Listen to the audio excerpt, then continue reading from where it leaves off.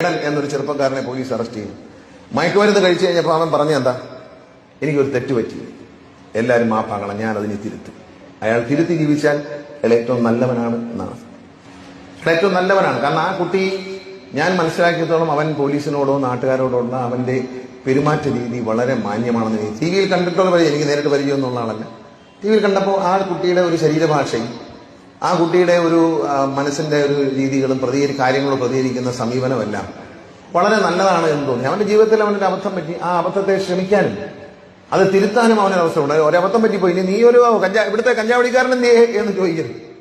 ഒരബദ്ധം നമ്മൾ കുട്ടിക്ക് പറ്റിയാൽ അവനെ പറഞ്ഞു തിരുത്തി അല്ലെങ്കിൽ അവളെ പറഞ്ഞു തിരുത്തി നമ്മൾ കൂടെ നിർത്തണം എന്നുള്ളതാണ്. നമ്മൾ ഈ ചുമ്മാ ഡയലോഗിന് വേണ്ടി ചേർത്ത് നിർത്തും എന്നൊക്കെ വെറുതെ പറയുന്നത്. അങ്ങനെ ചേർത്ത് നിർത്തുന്നതല്ല. സത്യം പറഞ്ഞ ഒരു കാര്യം, നമുക്ക് തെറ്റ് പറ്റിയിട്ടുണ്ടെങ്കിൽ ആ തെറ്റ് സമ്മതിച്ചാൽ ലോകം അതിനോട് പൊറുക്കും. അത് ഈ വേടൻ അതിന്റെ ഒരു ഉദാഹരണമാണ്. അയാളോട് ഒരാൾക്കും ഒരു വിദ്വേഷവും തോന്നുന്നില്ല, സ്നേഹമാണ്. എനിക്ക് ആ കുട്ടിയോട് ഞാൻ ഇനി തെറ്റ് ചെയ്യില്ല എന്ന് പറഞ്ഞപ്പോൾ അവനോട് എനിക്ക് അത്യധികമായ സ്നേഹമാണ് തോന്നി.